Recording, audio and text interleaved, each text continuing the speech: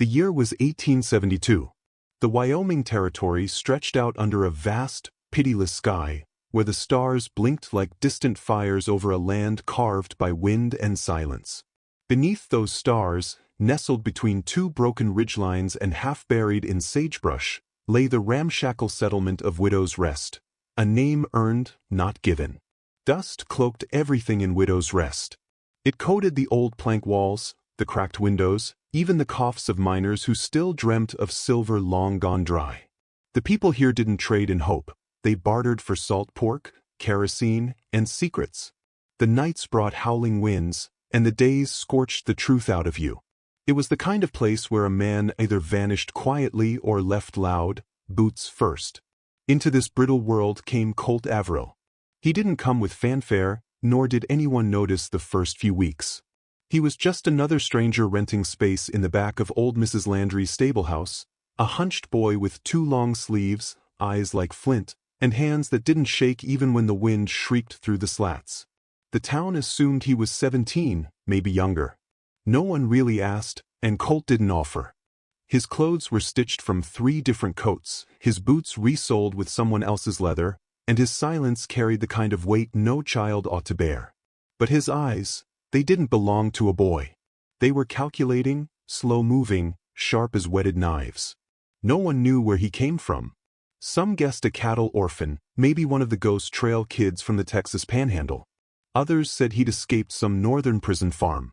But whatever past he carried, he bore it alone. Colt had scars. Not the kind that show, not at first. He moved with the quiet of someone who'd learned early that noise draws fists.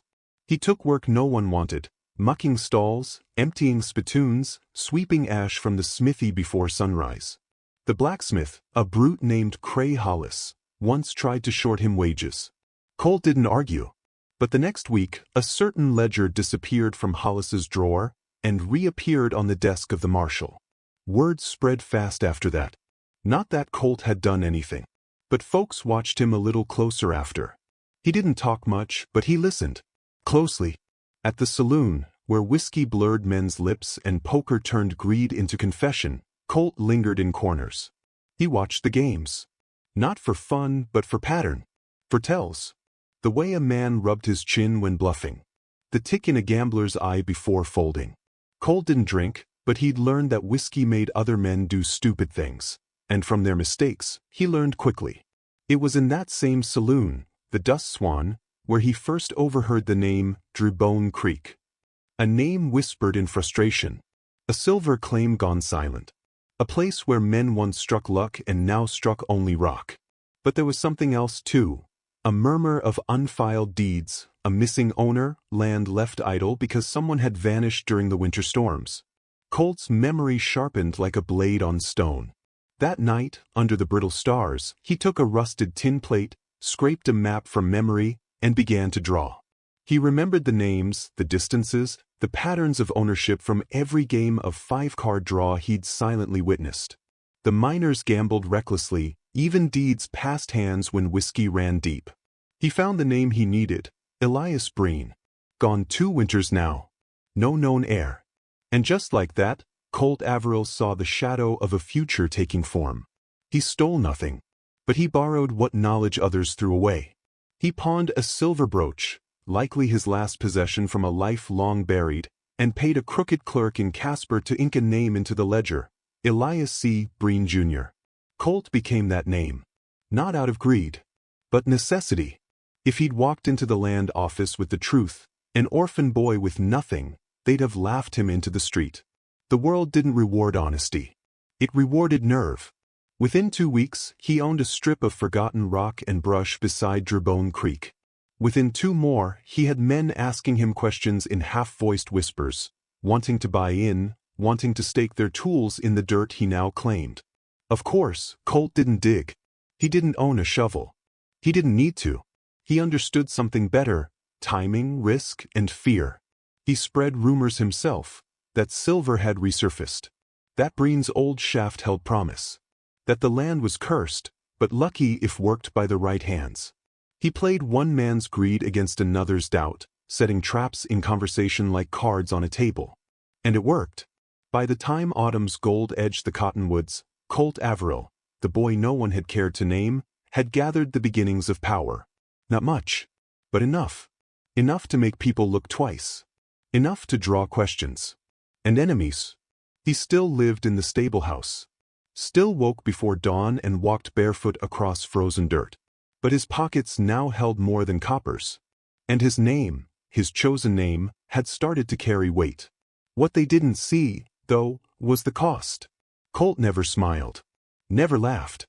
He slept with one eye open and his door tied shut with a bootlace. He trusted no one. Because everyone he had trusted, once, long ago, had either died, betrayed him, or left without a word. Still, something stirred in him that autumn. Something unfamiliar. Not hope. Not yet. But something like readiness. Readiness for the next move. The next test. The next person who would come into his life not as a threat, but as something harder to deal with. A mirror. That person hadn't arrived yet. But under the prairie stars, Colt Averill made a vow. Not one spoken aloud, but etched deep inside, beneath skin and scar.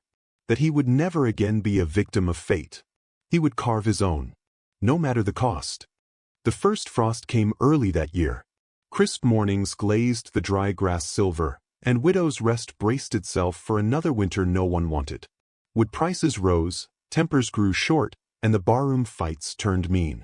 With each passing day, the sun hung lower over the cracked earth like it was ashamed to show its face. Colt Averill, now legally Elias C. Breen Jr., sat quietly in the corner of the Dust Swan Saloon, a place he had come to know well. He didn't drink, still didn't smile much, but the bartender poured him black coffee every morning without asking. That was the town's way of saying they noticed and were uneasy. Colt had claimed the Breen land without firing a shot, using nothing but words and forged ink. But word travels fast out here, and even faster when you're young and gaining too much ground too quick. There were whispers now. Not loud but constant. Was the Breen boy too clever for his own good? Who had taught him how to play men like poker hands? And why did he never speak of his past? And then, as frost hardened into snow, she arrived. Her name was Clara Wynne. She rode into town on a chestnut mule with a bad temper and no shoes, the mule, not her. Her coat was wool, frayed at the cuffs, and she wore a wide-brimmed hat dusted with mountain ash. No escort. No family. Just a small satchel and the kind of eyes that had seen too much. Clara didn't come looking for help, and she didn't ask for introductions. She came with a quietness that felt like stone, not empty, but heavy with something buried deep. Most men looked once and looked away. Not out of disinterest, but respect. Or perhaps fear.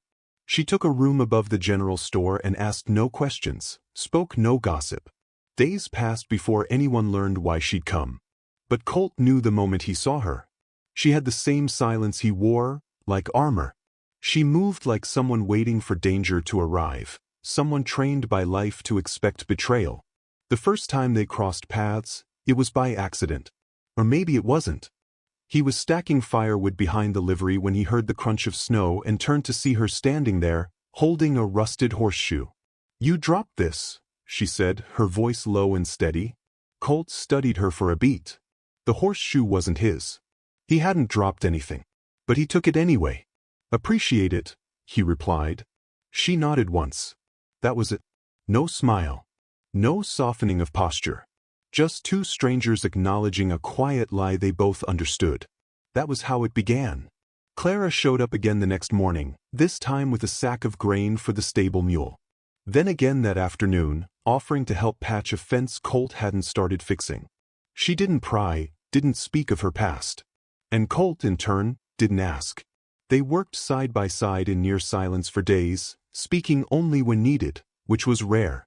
Somehow, in the raw cold of a Wyoming winter, their stillness together began to feel like its own kind of warmth. But a storm was brewing. The claim Colt had made on the Breen property hadn't gone unnoticed by the wrong sort of men. Especially not by Elias Cord Breen's cousin, Marshall Thorne Breen, a man who wore his badge like a weapon and his bloodline like a birthright. Thorne didn't care much for paperwork, especially not when it worked against his family's interests. He had stayed quiet at first, watching Colt move. But Clara's arrival changed things. There were rules in towns like Widow's Rest, unspoken but sharp as blades. A man like Colt, young, cunning, unconnected, wasn't supposed to rise so fast. He wasn't supposed to have a claim that mattered. And he sure as hell wasn't supposed to be noticed by a woman like Clara Wynne.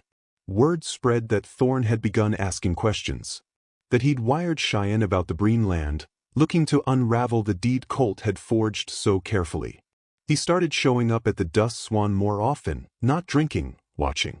And then one night, Colt returned to the stable house to find the door unlatched and a knife stuck in his mattress. No note. No blood. Just a warning.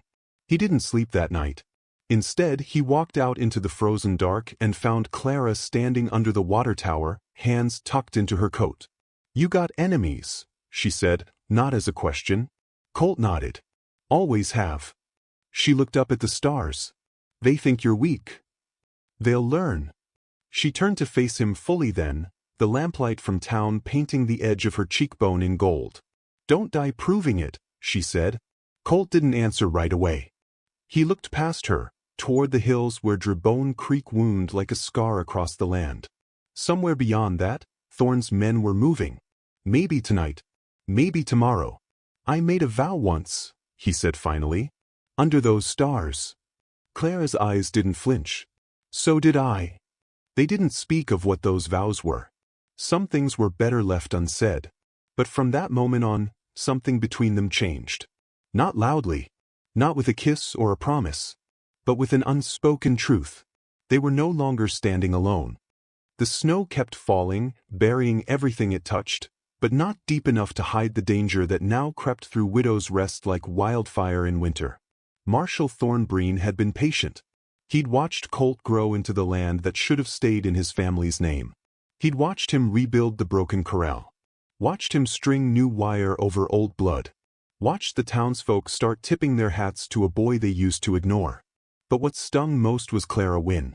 She was the kind of woman who didn't offer kindness easily, and the fact that she offered it at all, to Colt, made Thorn furious in a quiet, dangerous way. He came calling one cold morning, boots crunching through the ice-glazed yard of Colt's ranch. Colt was chopping wood. Clara was inside, baking cornbread, not because she had to, but because she could. Thorn didn't knock. "You ever think about how easy it is," he said, voice low, "to disappear out here?" Colt didn't stop chopping. "Every day." The marshal spat tobacco into the snow. "You're not Breen blood. You know it. I know it. Town just hasn't caught up yet." Colt split another log in half, slow and deliberate. "That all you came to say?" Thorn took a step closer. "There's gonna be a vote. The town council's meeting. Claims in dispute now. Your deed don't mean a damn if nobody backs it." Colt looked up finally. There was no fear in his eyes. Just resolve, cold and steady like the frost on the barn door. "You planning to sway that vote, Marshal?" Thorn gave a humorless chuckle. "You think this is about politics?" "No," Colt said. "I think it's about power. And jealousy." There was a silence then, thick as smoke. Thorn leaned in close. "You forget your place, boy. But don't worry. I'll remind you." He turned and walked away, leaving muddy boot prints that the snow refused to cover. That night, Clara didn't ask what had been said. She saw it in the way Colt's jaw clenched as he salted the stew. In the way he double-checked the locks. In the way his hand hovered near the pistol he hadn't drawn in months.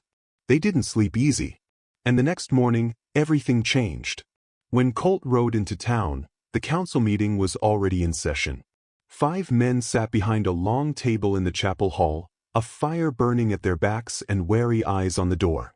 Thorn was there, of course, arms folded, mouth tight. Colt stepped in alone. No lawyer. No backup. Just a man standing in a storm he knew was coming. The council chairman stood. "We've been informed your deed may have irregularities." Colt nodded. "It's true. I took the name, the land, the history. I never lied, but I didn't exactly tell the truth either." A murmur rippled through the room. "But you all know what I've done with that land. You've seen the fence posts, the rebuilt barn, the grazing stock. You know I've poured sweat into soil that Breen blood let rot." He looked each man in the eye. Then he added, "And you also know what kind of man Thorn is." That silenced them. Thorn stepped forward, bristling. "You son of a—" Colt didn't blink. "You never wanted justice. You wanted the land back for yourself. But it was your cousin who let it fall into ruin. I brought it back. I earned it." The chairman cleared his throat. "The vote will be by ballot. You'll have your answer by sundown." That ride back home felt longer than it should have. The wind picked up. Clouds bruised the sky. Clara met him at the gate, hands red from the cold and sleeves dusted in flour. "Well?" she asked. "No word yet," Colt said. She studied his face. "You believe it'll be fair?" He shrugged. "Fair's not how things work out here." Clara nodded. "Then let's plan for unfair." And unfair came swift. That evening, a writer delivered the verdict on stained parchment. 4 votes against, 1 in favor. Colt was to vacate the property by week's end. No appeal. No mercy. He read the note in silence, then folded it once and tossed it into the fire. "They're gonna take it all," he said, more to himself than to her. Clara walked to him, placed a hand on his shoulder. "They can't take what you've survived. I didn't build this just to lose it." "Then don't." He turned to face her. "You saying we fight?" She didn't blink. "I'm saying we stay. If they want it back, they'll have to come and take it." That night, they boarded up windows, reinforced the doors, and buried the strongbox under the floorboards. Colt cleaned his rifle while Clara sharpened her carving knife. There were no words of love, no promises of tomorrow, only the sound of preparation, and the understanding that come dawn, Widow's Rest might never be the same again. They were 2 outcasts with everything to lose. But neither of them had ever known how to run. The stars above Widow's Rest flickered cold and sharp that night, like shattered glass spilled across a black prairie sky. Inside the cabin, Clara sat at the small kitchen table, her hands wrapped around a tin cup of coffee gone cold. Colt stood by the window, rifle in hand, his breath fogging the frosted pane as he watched the distant tree line. "They'll come before the week's out," he muttered. "Thorn's not one to wait when he thinks he has the upper hand." Clara didn't respond. She didn't need to. The silence between them had grown into something solid, not avoidance, but understanding. They were partners now, not just in survival but in defiance. And under all the quiet tension, something tender was beginning to root. The next morning, Colt rode out early. He left Clara behind with 2 loaded pistols and his word that he'd return before sundown. He headed south toward the abandoned Breen mine, a forgotten place he'd visited months earlier, before the snow, when he still believed he could tame this land without drawing blood. He had no plans to mine. What he needed was leverage. Buried deep in the mine's storage room was something his late adoptive uncle had once hinted at, a stash of war bonds, smuggled there during the final weeks of the war. Worth more than land. Worth more than gold. He found them, barely. Wrapped in oilcloth, bound in twine, tucked beneath rotted floorboards. The paper was brittle, faded, but still legible. Still valid. But on the way out, Colt wasn't alone. 2 riders, likely Thorn's men, ambushed him just past the bluff. He heard the gunshot before he saw the smoke. The bullet grazed his thigh, enough to burn and stagger him. He wheeled his horse, cut through the arroyo, and rode low and fast through a canyon of mesquite and bone. They chased him halfway to Widow's Rest, until he fired 2 warning shots from behind a boulder and clipped one of them in the shoulder. By the time he got home, bleeding and half-frozen, Clara had the door open and the fire roaring. She didn't ask what happened. She just pulled him inside, dropped to her knees, and began tending the wound with steady, practiced hands. "You found something," she said softly. Colt winced. "Enough to buy off a judge. Maybe enough to start somewhere new." Clara paused, the cloth in her hand soaked crimson. "Do you want to leave?" Colt didn't answer right away. "I want to stop running," he said finally. She nodded once, wrapped his leg tight, and looked up into his eyes. "Then we make our stand here." The next day, word spread fast. Thorn had issued a notice. Colt Breen was now considered an illegal squatter. The sheriff, a quiet, sunburnt man who used to play poker with Colt on Sundays, was tasked with escorting him off the land, by force if necessary. Colt knew what that meant. It was a threat wrapped in procedure. He'd be gunned down for resisting. So he beat them to the punch. He rode into town at noon, rifle slung low, bonds tucked in a leather satchel at his hip, and walked into the law office with a limp and a stare that turned men quiet. He dropped the satchel on the desk of the district notary. Count it. Verified. This land's mine, and I'll pay to have it proven. The notary blinked. This changes everything. Colt leaned in. You tell Thorne if he wants the deed now, he'll have to come through me, and I'll have the law behind me for once. But the law moves slow in places where justice rides a horse and answers to old grudges. By the time the notary confirmed the bonds were real and the title was secure, it was too late. Thorne had already gathered a posse. 6 men. Eager. They rode toward Colt's land under a dusk sky painted red, not for war, but for execution. And Colt knew they'd come. Inside the cabin, Clara lit a single lamp. She placed the rifle on the window ledge and took her position behind the table. Colt sat near the door, pistol across his lap, the deed and the proof of payment tucked in the Bible on the shelf behind him. They didn't speak. They just waited, 2 ghosts in a house made of defiance. And when the first torch appeared on the hill, Colt stood slowly. They think this is a fight, he said. Clara looked at him, voice steady. It's a reckoning. The hoofbeats grew louder. Colt turned to her. You don't have to. I do, she interrupted. Their eyes locked, and in that brief, fragile moment, the weight of every unsaid thing passed between them. This wasn't about land anymore. It was about dignity. And neither of them would give it up, not now. The first shot shattered the silence like thunder cracking the earth. Colt dropped low behind the porch beam as a bullet ripped into the top of the doorframe. Clara, crouched behind the cabin wall, stayed still, not panicked, not afraid, just listening. Colt fired twice into the night. The sharp yells that followed told him he'd hit someone, or at least force them into cover. They're trying to scare us out, he muttered. Not rush the door yet. Clara pulled the second rifle from the corner. Her hands moved with practiced calm. She had seen violence before, maybe in another town, another life. Colt didn't ask, not now. He peeked out from the corner of the cabin and saw Thorne's posse spread in a half-moon formation across the edge of the brush. Torches flickered in the darkness, painting long shadows over the snow-dusted earth. This was no negotiation. This was a lynching dressed in frontier justice. Inside the cabin, the fire sputtered low, casting light over Colt's blood-stained bandage and Clara's pale hands gripping the rifle. We hold them off until morning, Colt said. They don't want a war in daylight, not with witnesses. Clara glanced toward the Bible where Colt had tucked the deed and the notary's seal. Her gaze lingered, then moved back to his face. Do you trust me? She asked quietly. Colt nodded, never breaking eye contact. With my last breath. She nodded once, the kind of nod that meant she was about to do something irreversible. Then she slipped out the back, disappearing into the dark with a bundle of dynamite Colt had forgotten they even had. Out front, the gunfire ceased. The men regrouped, maybe planning a final push. Colt could hear Thorne's voice barking orders. Then a flash split the night. A low rumble. Then screaming. Colt stumbled outside in time to see the far ridge light up in flame, not close to the cabin, but behind Thorne's men.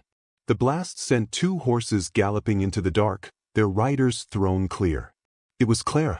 She'd circled around, used the old ridge trail, and blasted their rear line to chaos. Colt gritted his teeth, lifted his rifle, and advanced. Fast, sharp, low to the ground. Gunshots tore through the smoke. 2 men dropped, one from Colt's bullet, the other from friendly fire in the confusion. Colt found Thorne crouched behind a barrel, pistol in hand. Breen, the man snarled. You think a piece of paper and a woman with explosives can beat land that's rightfully mine? Colt stood tall. It's not yours and never was. You bought fear. I earned blood. Thorne raised his pistol, and Colt fired first. By dawn, it was over. 3 of the 6 had fled into the hills. 1 lay wounded and crying for his mother. Thorne was dead, eyes open to a prairie sky that never cared who he was.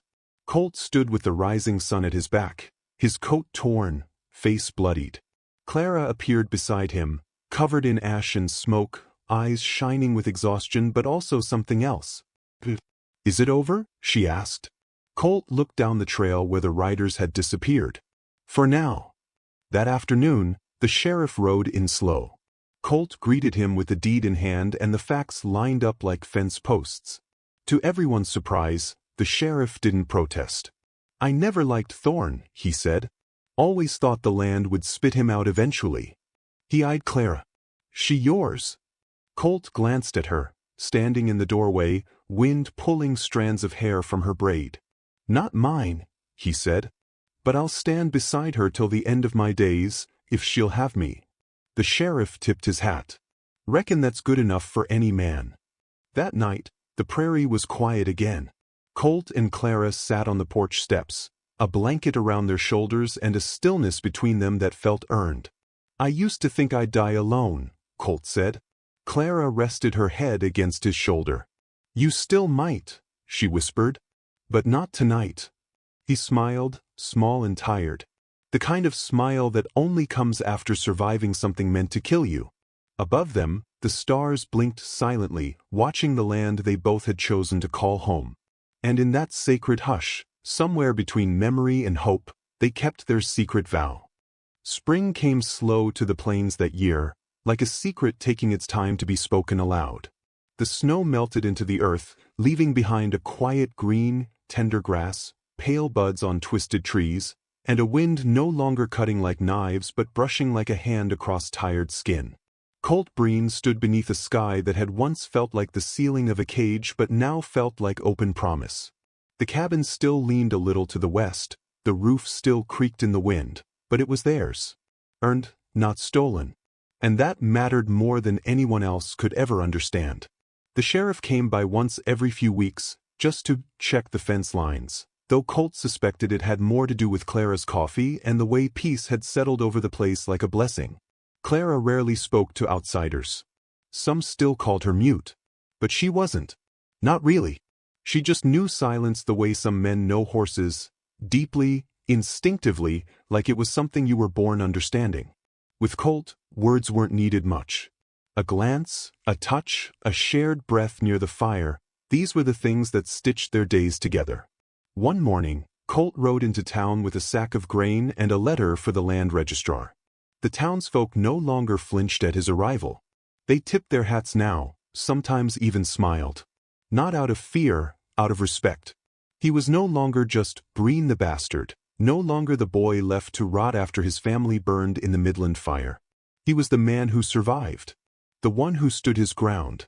The one who didn't run, even when the law looked the other way. He was something new. Back at the cabin, Clara worked her garden in the early sun. The rows were crooked, stubborn like the land itself. She sang softly sometimes, just under her breath. Colt had heard it once and stopped in his tracks, because it wasn't English. It was something older. Maybe from her mother. Maybe from the trail she never spoke of. He didn't ask. He just listened. That evening, Colt returned home to find her waiting by the porch with 2 letters. One was from a lawyer in Austin. Final confirmation that the land was now Breen's by every measure the law recognized. Signed, sealed, witnessed. The other was thinner. Clara held it differently. Reverently. "It's from the church near Abilene," she said. Her voice was soft, unsteady. "They found something. About my brother." Colt stepped closer. "He was there. 2 winters ago. Sick. But he lived. He left a name with the sister at the convent." Her voice caught. "He's in New Mexico now." They stood in silence for a long time, as if waiting for the wind to weigh in. Finally, Colt asked, "Do you want to go?" She nodded, tears just behind her eyes. "Yes. But I want to come back." He nodded. "Then I'll ride with you." Clara looked up at him, her expression unreadable. "I thought you'd stay," she said. Colt touched her face gently. "Wherever you go, the prairie goes with you. You're my home now." 3 days later, they saddled 2 horses and left the cabin behind for the first time together. Colt didn't leave a lock on the door. He didn't need to. The land knew them now. It would wait. They rode slow, beneath skies painted in the bruised gold of dusk. The stars began to appear, one by one, scattered across the velvet dome of the heavens. Clara reached out and touched his hand in the dark. And though no vows were spoken aloud, the air between them held a promise stronger than any church ever built. A promise made under blood and fire, tested by silence and flame. A secret vow, kept beneath the prairie stars. Forever.